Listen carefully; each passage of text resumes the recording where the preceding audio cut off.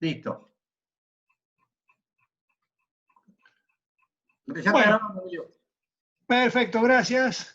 Bueno, recordarán que habíamos terminado en la clase anterior, en esta instancia, que era una partecita que no la pude documentar en la fabricación porque precisamente ya la estaba haciendo cuando se me ocurrió la idea de hacer este registro fotográfico del proceso.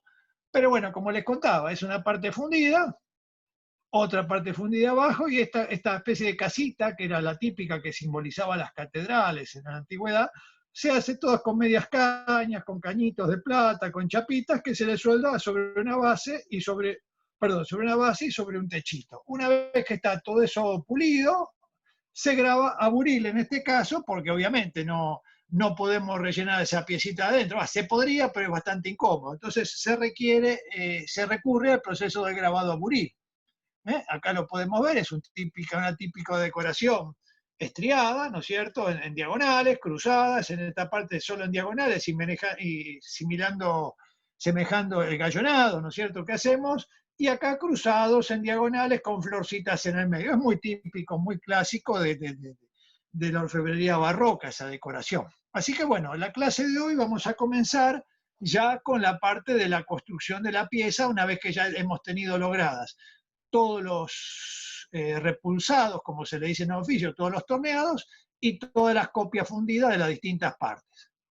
Bueno, acá tenemos una parte del dibujo, como es un dibujo de tan grandes proporciones, yo siempre trato y aconsejo a mis alumnos que se dibuje por partes, ¿no es cierto? Porque si uno lo dibuja todo de planta, el metro y pico que tiene esta pieza, se puede equivocar en alguna proporción y es todo un gran trabajo perdido. Entonces, mejor dibujar de a partes. En este caso he dibujado el basamento, luego las partes que configuran la columnilla y solamente planteado en forma genérica al radial como para tener una noción.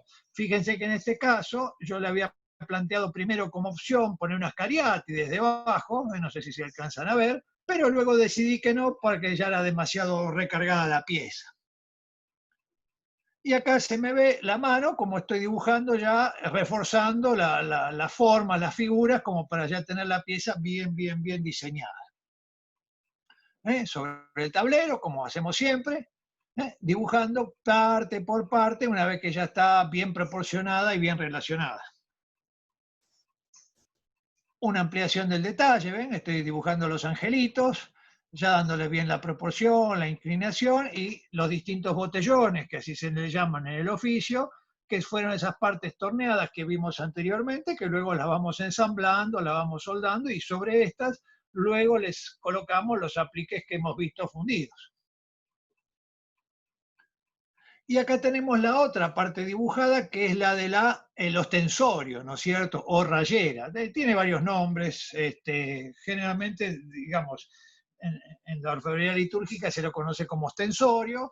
Nosotros en el oficio le decimos la rayera, que no es otra cosa que el gran disco cincelado, el disco solar, ¿no es cierto? Ustedes saben que esta forma solar que tienen las custodias en la actualidad fueron decididas en el Concilio de Trento, allá por el 1600, cuando la conquista de América y la colonización de América, como los indios americanos adoraban al sol, a Inti Raymi, entonces los sacerdotes decidieron diseñar sus custodias en forma solar para que por relación física y gráfica los indios pudieran reconocer a su Dios en el cuerpo de Cristo, ¿no es cierto? Y tenía relación porque en definitiva, es decir, la palabra Christos del griego significa el iluminado, ¿no es cierto? El sol, por eso a Cristo siempre se lo relaciona con el sol.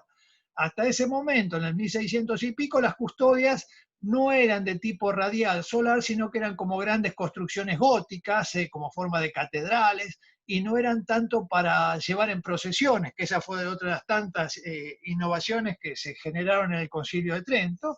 ¿Por qué? Porque de esa manera podían tomar las custodias de menor tamaño y sacarlas en procesión para la adoración de los fieles, ¿no es cierto? Entonces fue toda una serie de reformulaciones que se plantearon en ese concilio, no solo para el uso en Europa, sino especialmente para la colonización de América, en función de la naturaleza y la psicología del indio americano, ¿no es cierto? Lo que vemos en la base, me olvidaba decir, es ya la chapa de plata, que tiene el tamaño acorde para calcar este dibujo en esta chapa de plata. Acá tenemos ya el dibujo pegado con cinta adhesiva, con un carbónico debajo, y cómo voy marcando cada parte con un lápiz, ¿no es cierto? O con una virome de punta seca, como les enseño a ustedes, y vamos a ir calcando todos los detalles de los ornamentos para luego poder comenzar a cincelarlos. Bueno, dejamos por unos instantes el ostensorio que ya está dibujado y vemos cómo, una vez que lo traje de la tornería, me dedico a recocer bien ese original, esa forma que repulsó mi amigo, porque si bien él a veces necesita también repulsar cuando son formas tan grandes, tan exigidas, él necesita también recocer la pieza en el medio del torneado. Igualmente siempre, como les explico, hay que recocerla posteriormente para su trabajo y elaboración. Así que bueno, con nuestro soplete de 2 bocas de inyección forzada, de ventilación forzada, voy recociendo montado sobre una torneta para a medida que vaya girando en círculos, se recosa, se caliente toda pareja. Y acá vemos la pieza ya al rojo. ¿Se acuerdan cuando hablamos en la clase de características físicas y químicas, ¿no es cierto? No tenemos que pasar la pieza de un rojo suave, porque si no el metal, más que ablandarse, se fragiliza porque los granos cristalinos crecen tanto que terminan aflorando y por lo tanto haciendo el metal más frágil y no por eso más blando. Otra vista. Y acá sí volvemos a la custodia, al ostensorio de la custodia, en mi mesa de dibujo, cómo la voy calcando paso a paso, con paciencia, porque es un trabajo bastante complejo. Y acá tenemos ya la piecita calcada con carbónico, ¿no es cierto? Entonces nosotros todo esto luego lo vamos, a esta no me acuerdo si la remarqué con tinta o la fui cincelando así, ahora vamos a ver, y acá por supuesto vemos el carbónico típico para lograr el calco.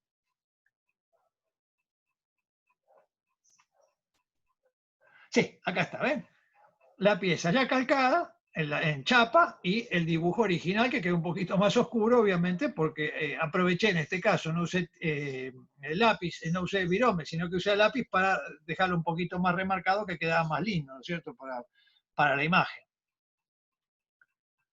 Bueno, obviamente, como este es un trabajo que lleva muchísimo tiempo, yo lo fui adelantando para este documental y vamos a ver cómo se coloca uno de estos tantos apliques que están vistos acá en la pantalla. Nosotros tenemos varios tipos de apliques, vamos a empezar a definirlos. Primero la base, le coloqué una moldura ya grabada, que se hace con un rollo ya pregrabado de acero, ¿no es cierto?, con lo que se llama el rulo, un rulo grabado, con este tipo de decoración de óvulos y líneas.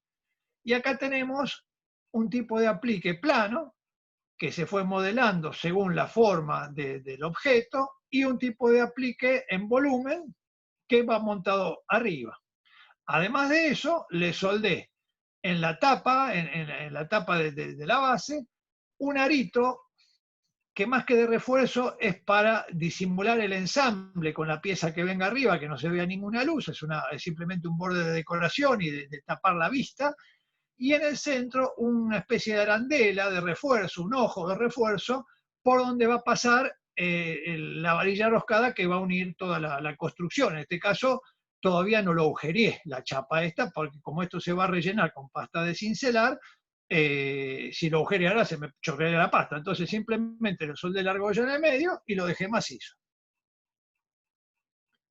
Y acá vemos cómo vamos a aplicar el último aplique, que es el que dejé a propósito para la imagen de esta conferencia, ¿no es cierto? Este es el aplique que como me vino del fundidor, ¿no es cierto? Con la puntita de la colada y con dos salidas por la evacuación de gases y vapores, ¿no es cierto?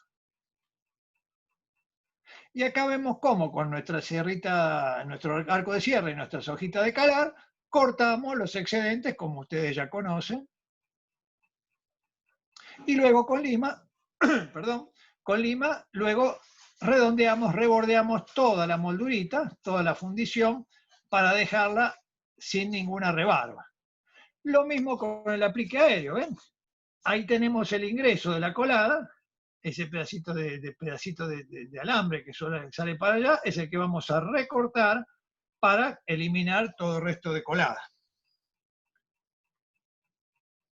Acá se puede ver una muy buena foto, acá como tenemos una colada acá y tenemos otra colada acá, ¿eh? Porque a veces el fundidor, cuando son tironcitos largos, cuando son piezas largas, conviene hacerle más de un ingreso de metal, porque a veces no llega a cubrir un solo ingreso a rellenar todos los espacios. Entonces, esto yo siempre se lo dejo a criterio de mi fundidor, no lo hago yo. Es decir, yo le entrego la pieza y mi fundidor le pega la colada donde él desea, precisamente porque él es el que sabe perfectamente dónde le conviene según su sistema de trabajo. En este caso tiene dos ingresos de metal. Como vimos antes, se trabaja con lima para dejar todos los rebordes totalmente esmerilados. Y luego vamos a ver acá el proceso de amoldar, de adaptar esa forma plana a la forma campaniforme que tiene esta base, ¿no es cierto? Entonces simplemente presentamos la piecita de plata fundida y presionando con nuestros dedos la vamos llevando. Ustedes recuerdan que les expliqué en la clase de características físicas y químicas de los metales, que el metal fundido, ya sea el lingote que se va a laminar o una piecita fundida, es mucho más blando que el metal forjado. Entonces, siempre las fundiciones son blandas, que uno las puede mover a gusto, a mano, simplemente porque no han sufrido las compresiones que le generan tensión a nivel atómico, ¿no es cierto? Por el entrecruzamiento de las fibras que se van logrando por medio de la compresión.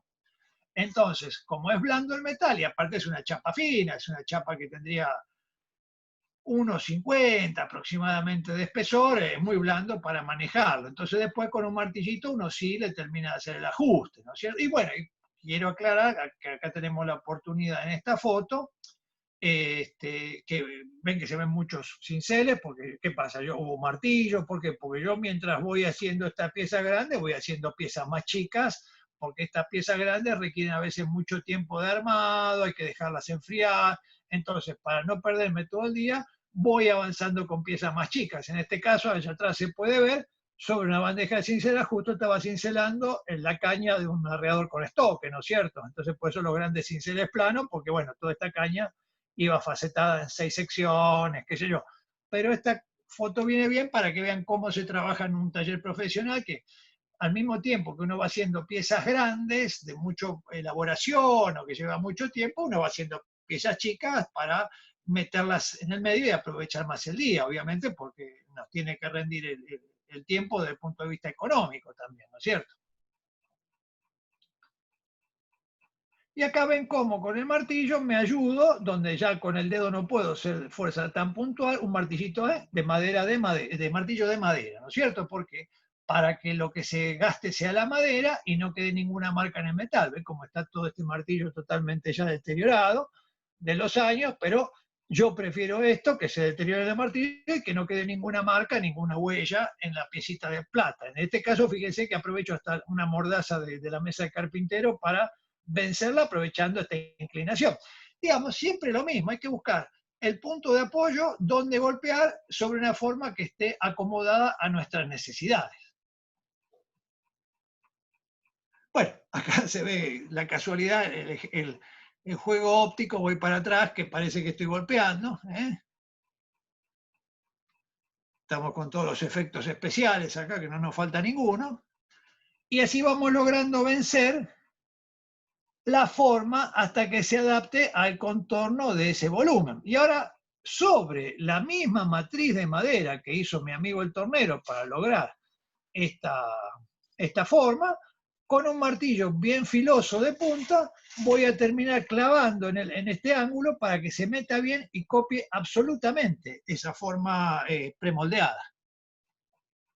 Bueno, acá también tenemos el mismo ejercicio. ¿Ven cómo? Fíjense, acá estaba más alta y al golpearse se embute, se pega contra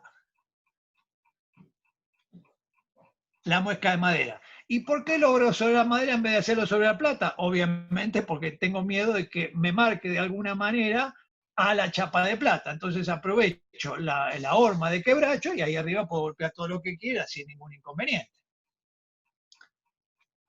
Muy bien, una vez que están logradas las formas, voy a las mediladoras, que ustedes, esta no la conocen porque esta me la llevé para mi taller cuando puse la escuela, es un gran banco, que la parte superior tiene forma de caja con tapa de vidrio que se abre, rebatible. Entonces uno ve a través del vidrio y puede esmerilar y todas las esquirlas de esmeril o de la misma plata pegan en el vidrio, caen y uno después acá barre, pues esto está todo forrado adentro con zinc, uno barre y recoge toda esa viruta o esa esmeril para volver a fundirla, ¿no es cierto? Limpiarla y por supuesto purificarla. Y acá tenemos cómo ya fuimos armando distintas piezas de las torneadas, ¿se acuerdan? Entonces, estas eran dos mitades que habíamos visto al principio, solo que una la calé más grande para que quede, para que asiente en otra de las partes, y acá la dejé maciza, luego le voy a practicar el agujero. Esta también eran dos mitades, la parte de la campana y la parte de la base, también ya tiene practicado el agujero, y ya soldado 4 de los volantes de decoración que previamente me fundió mi fundidor. En este caso también ven el botellón central, como se le dice, tiene una parte fundida de las que vimos, una parte torneada con otra parte torneada. Y se ensambla en la parte central y yo para tapar ese ensamble y para darle mayor volumen y decoración, le soldé un aro de una moldura grabada, premoldeada, de esas logradas, como les expliqué antes, con rulos grabados, y también se le soldaron los 4 volantes decorativos y los 4 angelitos que sobresalen de la parte central del nudo. Y acá volvemos a la base de la custodia, y fíjense qué curioso, acá se ve muy bien, nos viene muy bien para explicar, miren los brillos. Acá está bien brillante, ¿por qué? Porque yo esta pieza grande, una vez que le sueldo, digamos, esta pieza, una vez que le sueldo, antes de soldar los apliques, yo esta pieza la pulo toda, la cepillo con cepillo de pita, para sacarle esa costra gruesa, esa costra de óxido cúprico que alcanza unos cuantos micrones, que se produce entre la fundición y los distintos procesos de recocido, y cuando está descostrada recién ahí, le sueldo todas las molduras.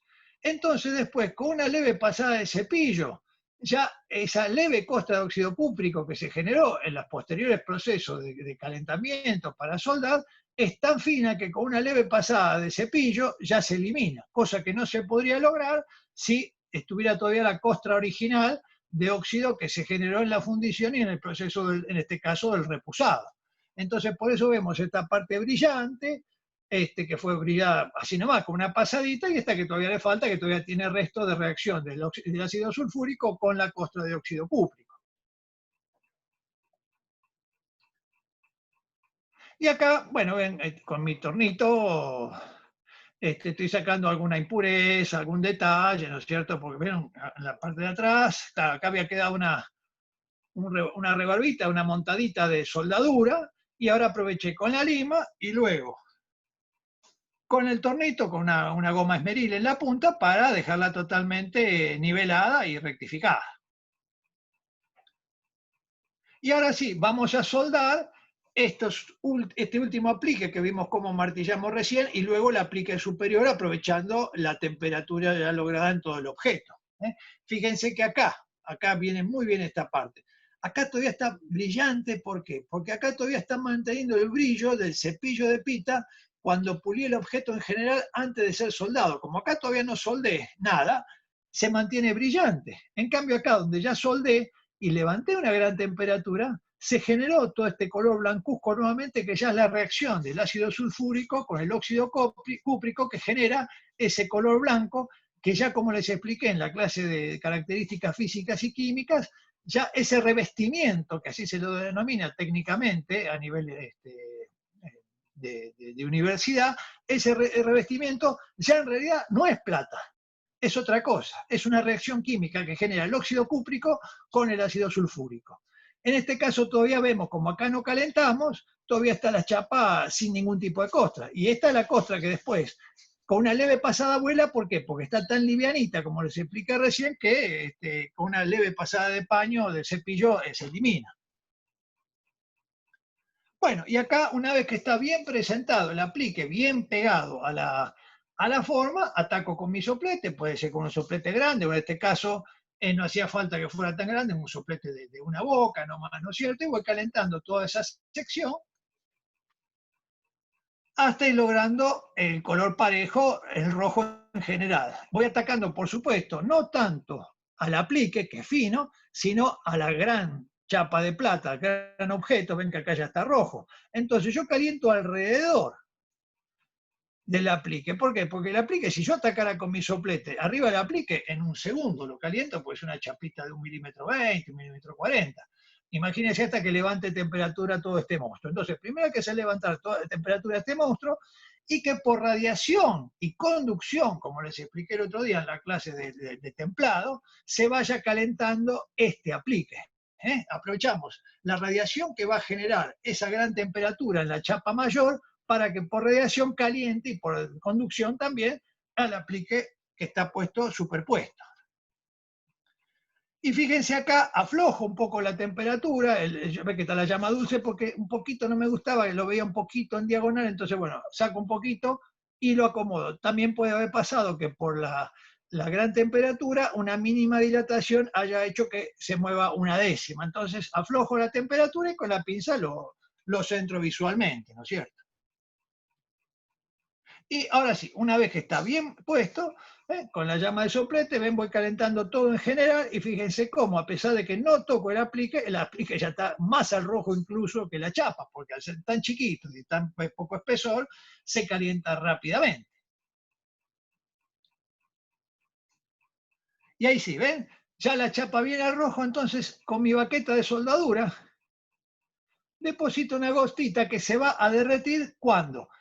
En el contacto con la chapa. Yo en el momento que aplico la soldadura, corro la llama del soplete, porque ya la temperatura que está desarrollando este volumen es tan grande que apenas toco esa varilla, la varilla es chupada por el calor de esa chapa, por la cuestión de la radiación que les expliqué el otro día, y la conducción, e inmediatamente se va a desplazar por todo el perímetro y yo la voy a ayudar ¿cómo? Aportándole más bórax, ¿no es cierto? Para que el bórax vaya limpiando, porque ustedes recordarán que les expliqué que por más limpia que esté la pieza, cuando la ponemos al rojo se aceleran los procesos de oxidación naturales y por lo tanto necesitamos decapar, que así se llama el término, mediante un decapante como es este ácido bórico, para este bórax, que es un borato, ¿no es cierto?, para que vaya corriendo la soldadura por todo el perímetro. Acá tenemos otra foto, como voy atacando la piecita, y ven como acá abajo se va poniendo negro, y acá ya está blanco. ¿Se acuerdan que yo le dije cuando la prueba, para probar la acción del ácido sulfúrico, calentar una chapa y la mitad pulirla y otro no? Y acá ya se empieza a poner negra porque empieza a generar nuevamente costra de óxido cúprico, que luego cuando se la echemos al sulfúrico va a dar blanco, ¿no es cierto? Porque se va a generar ese revestimiento que mezclado con el ácido sulfúrico va a generar esa reacción química. Y acá vemos cómo aflojé ya la llama del soplete y fíjense que ya está todo soldado, miren. Todo perfectamente soldado y acá aflojé, ¿por qué? Porque por acción de la dilatación y la contracción un poquito, esta parte del aplique se levantó, precisamente porque por la acción de la dilatación y contracción. Al calentarse un metal se dilata, ¿no es cierto? Entonces crece.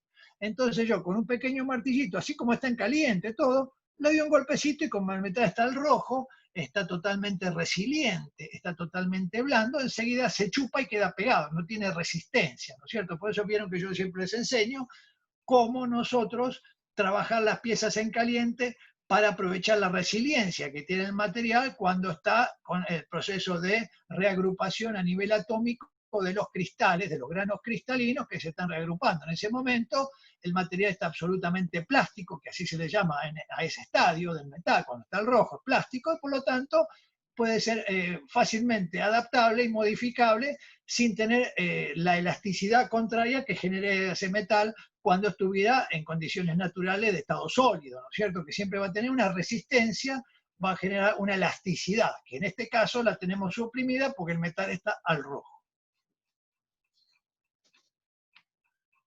Ahí está, bien. Ven, entonces ya logré, con un martillacito, lo embutí bien en la hendidura. Y ahora, que ya se escorrió la soldadura hasta la hendidura, simplemente aprovecho, como todo esto está soldado, con una pincita le doy la última bajadita, haciendo palanca, y ya va a quedar todo totalmente pegado, ven, como en estos casos, copiando perfectamente la forma, y obviamente la soldadura va por debajo y al borde de lo que sería el aplique apoyado arriba de la chapa, ¿no es cierto?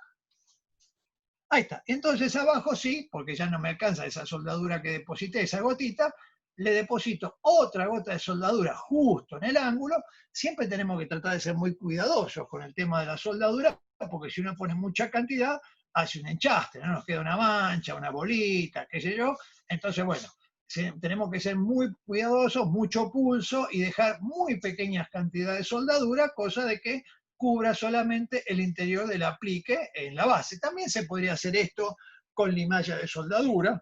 Yo tenía colegas que lo hacían, eso sí, pintaban con limalla la parte interior del aplique, y luego lo colocaban, y bueno, ya esa limalla ya corría por detrás. Es un método, si se quiere, más seguro todavía, porque no hay posibilidad de enchastrar, pero yo, digamos, estoy tan acostumbrado tantos años a trabajar con varilla que este proceso es más rápido que el de pintar con limalla y todo eso. Entonces, bueno, yo como me dediqué tantos años al armado de piezas, así, de fabricación de platería en serie, bueno, uno ya le agarra la mano, pero eso va en gusto. También, por eso les menciono, el tema de la limalla es muy útil para este tipo de soldadura de aplique superpuesto, ¿no es cierto?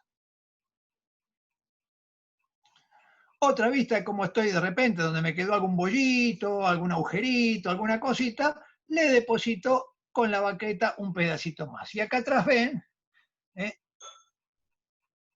Todos los alambres de plata colgados, todos los rollos de alambre de plata de distintas molduras, de distintos grados, de distintos tamaños, media caña, redondo, cuadrado, grabado, liso, cinta, qué sé yo. Y adentro de estas bolsas, los tres tipos de soldadura básica que ustedes ya conocen.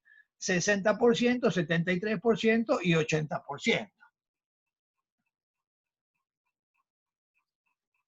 Muy bien, ven, esta es la misma foto de recién, vuelvo para atrás, pero que el fotógrafo se me fue atrás mío para ver cómo depositaba la baquetita de soldadura en algún puntito donde había quedado algún agujerito, ¿no es cierto?, algún espacio vacío. Y pueden ver cómo este color rojo es la acción del decapante que va corriendo, que va decapando, por eso se llama decapante, que va sacando la capa de óxido, la capa de ácido bórico, que va, la capa de bórax, perdón, de borato, que va eliminando, que va corriendo el óxido que se fue generando por el calentamiento violento de la chapa, ¿no es cierto?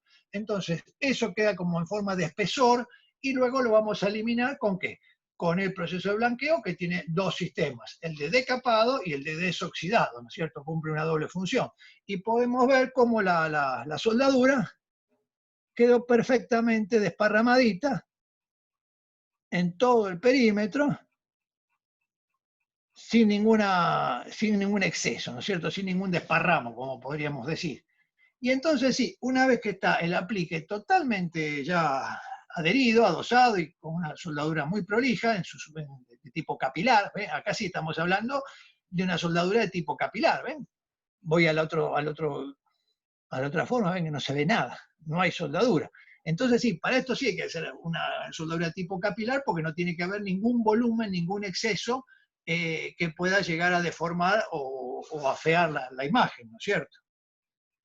Y luego, aprovechando que ya toda esta base está caliente, ya tenía una pinza preparada con la forma para agarrarla bien, apoyo, haciendo palanca, el aplique aéreo superior, como todo esto ya está caliente, lo apoyo. Y obviamente, como todo esto está caliente por radiación y por conducción, este aplique, que también es fino, se va a calentar inmediatamente. Fíjense que apenas lo coloqué ya se puso todo al rojo.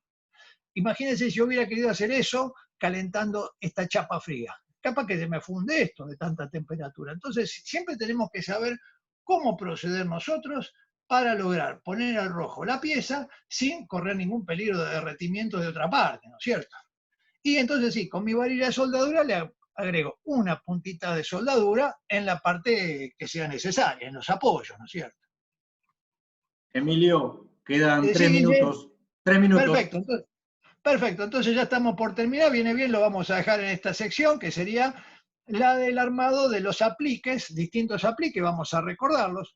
Un aro de una moldura ya premoldeada, ¿no es cierto?, pregrabada mediante rulo grabado, y luego los apliques planos, que los fuimos modelando a martillo, y luego los apliques aéreos, que como hemos visto recién, y acá, por supuesto, una virola de vista para tapar lo que va a ser el encaje con la columnilla, y en el centro una argollita, una arandela de refuerzo por donde va a pasar luego la varilla roscada. Veamos la imagen siguiente. Claro, el blanqueo, ¿eh? Entonces yo aquí estoy colocando la pieza ya soldada, todavía está caliente, por eso ven, pueden alcanzar a ver el humo, ¿no?, que sale, la he hecho para hacer más rápido, para acelerar un poquito el proceso de blanqueado de ácido sulfúrico. Vamos a ver la siguiente, a donde terminamos, y ahí queda la pieza ya para la próxima clase. Sí, efectivamente, ahí queda la pieza ya para la próxima clase, totalmente sumergida a la espera de retirarla después de unos 10, 15 minutos. De mientras vamos a seguir con otra cosa.